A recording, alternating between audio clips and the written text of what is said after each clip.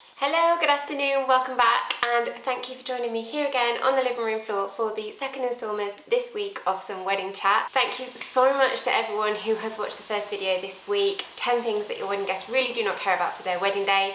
It has gone down so well and you've all found it so useful. The feedback has been incredible, so thank you very, very much for that. This week I'm going to flip it around and go to the other side of the story, 10 things that your wedding guests do really care about for your wedding day, as we've got to look at the positive side of it as well. Great to save money with things they don't like, but you really need to know where to put your money on the things that they do love and that is going to make you throw an awesome party. So if we haven't met before, my name's Beth and this little channel is my wedding world, where each week I get to sit and talk to you, give you hints, tips and stories into the wedding industry to hopefully make sure that your wedding planning journey is way more relaxing and less stressful. So without further ado, let's get straight into the video today. So we're going to start with the basics, and right at the very beginning today, before you even start booking and arranging anything, and number one on the list is going to be the date of your wedding, and your guests really do care when you decide to book your wedding day. When you start looking at venues and where you're going to be, have a little think about what else is going on in the local area. Are there any festivals going to be happening there where there's going to be loads of traffic coming to that town, village or city? It's going to mean it takes longer for guests to travel around. It may take longer for you to get to different destinations on the wedding day. And equally, if there's any big sporting events going on, any global events that people are really going to want to be watching, because the last thing you want on your wedding day is people sat there with their phones or trying to sneak off to a TV and watch something going on. So your guests care about what the date is, have a little look around, make sure nothing coincides with your wedding day, and it makes it so much easier for your guests to book accommodation and enjoy your wedding day. Number two on the list, the time you book your wedding day, and this is all going to probably stem from the ceremony because that's likely to be the first thing that's going to happen on your day. Have a think about how far your guests are going to be traveling that morning and what time they're going to have to be getting up, getting ready to get there, to park, to get to your church or your venue or whatever it is. Your guests do really care. If you booked it at 10 o'clock in the morning and your guests have got a 2-hour journey to get there, they're going to have to be getting up at like 4 in the morning to get ready and travel and be exhausted by the time it comes around to the food. So make sure that you think about your guests and their travel times and what they've got to do when you're booking your date and your time of your ceremony. Number three on the list, where your wedding is going to be held. So if this is in the UK, considering what's in the local area for your guests to be able to make it easier for them. So things like parking, accommodation around there, are they going to have to walk far to your venue? So just kind of local directions and stuff like that is really important to consider. But also looking at the bigger picture, if you're getting married away from where you live now, perhaps you live in London but you grew up in the north of England and a lot of your family is still based up there, so you want to go and get married where you grew up. It's actually fine to expect that most of your new friends from maybe London are going to be expected to travel, and they will be absolutely fine with that. Equally, if you're looking at doing a destination wedding, great, people are going to really want to come and celebrate with you, but maybe picking a destination where people have always dreamed about going so it can be seen as their holiday as well.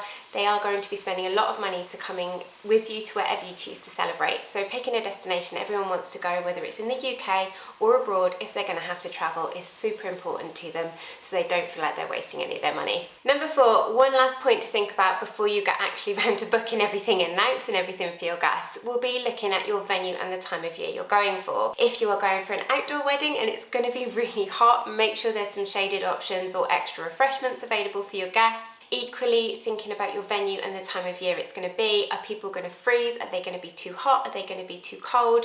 It's always worth thinking about and ensuring that your guests are going to be comfortable on the day, because I can guarantee it, if they're too hot or too cold, one or the other way, they're not going to enjoy the day as much as if it was really comfortable for them and they had options to cool down or warm up. Number five on the list, we're actually getting around to the actual wedding day now when the guests are there. The biggest thing that I think is really important for the guests on the day is the food. Everyone talks about how great wedding food is or how bad wedding food is.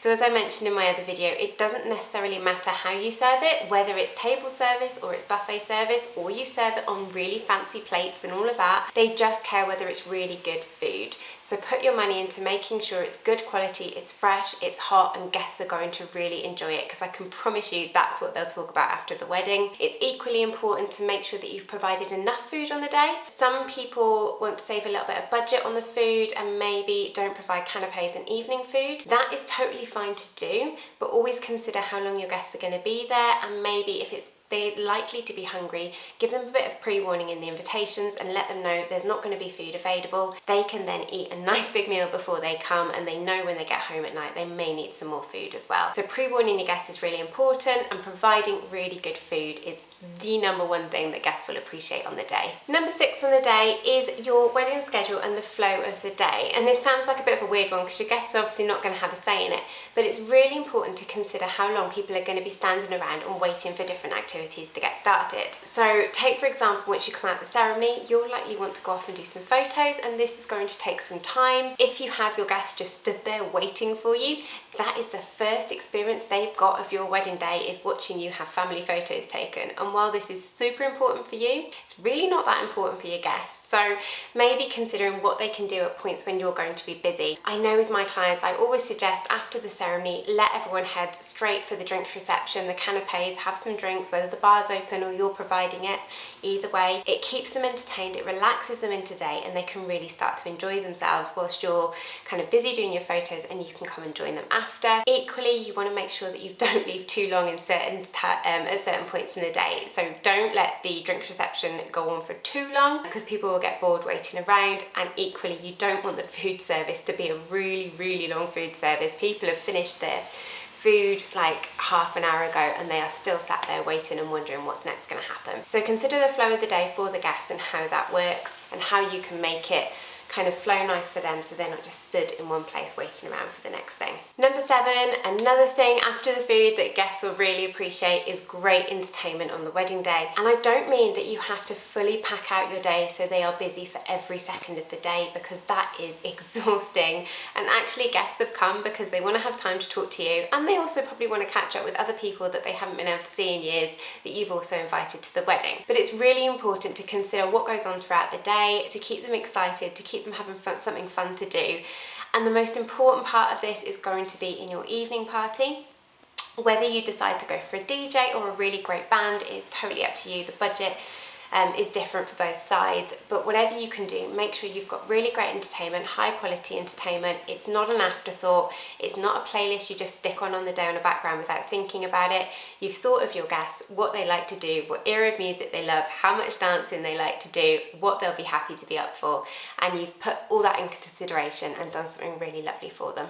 Number 8, so we've considered the food side of it being really important. The drink side is also very important. Now, in a lot of my other videos, you will see that I tell you do not have to provide drinks for your guests all day. And that is very true. Everyone's budget is different. You do not have to feel like you've got to have a drink there every single time, or that guests can't go to the bar and buy their own drinks. But what is really important is that what you are providing is really good and the guests are going to enjoy it.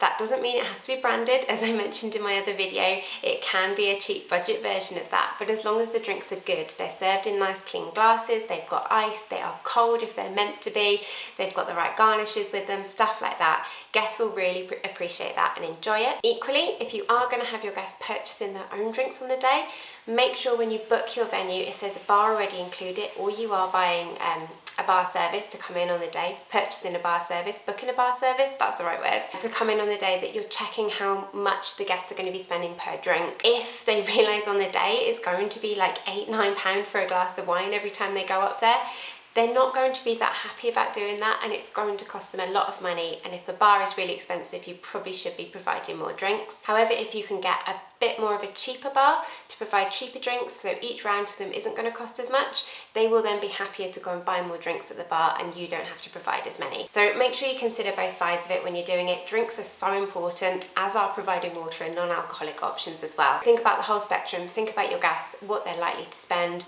and what they're going to enjoy in the day, and make sure it's well stocked for them. Number 9 on your list, the guests actually care about who else is coming to your wedding. If they don't know anyone there, it can be quite uncomfortable to turn up to to a wedding day, so letting them have a +1 in that sort of circumstance could be something that's really nice to do. Think about when you've ever been to a wedding yourself. If you've not known anyone else, the day isn't quite as fun.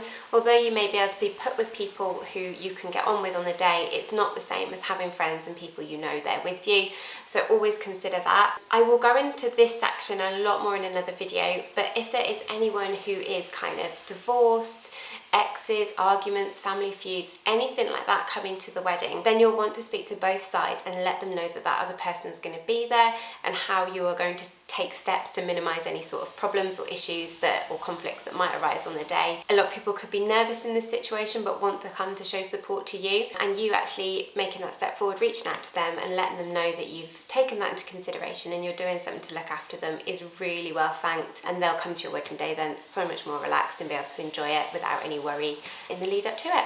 And number 10 on the list, the last point, and this is the most important one, your guests care that they get to see you on the wedding day. There is nothing worse than attending a wedding and not having even 5 minutes to talk to the couple. So when you're planning your wedding day out, when you're inviting your guests, you're deciding how many people you want to invite, you're booking your venue, you're making your schedule, consider allocating time during the day where you've got that moment to go around and see everyone and have a chat with them, take photos with them, have congratulations from them. They will really appreciate it, and it makes everyone feel really wanted at the wedding day. I hate turning up even as an evening guest and not being able to speak to them at all and feeling like I've just kind of turned up at their wedding, had food and gone again. It doesn't feel nice. So make sure you take that time out, you speak to your guests, and they will really appreciate having that little moment to chat to you. So that's it, 10 things that I really do believe your guests care about right from the first instance when you start planning your wedding day right up to the day itself. It is so important with how tight budgets are nowadays with weddings that you're really considering where you put your money, not only for your own enjoyment and the things you personally like,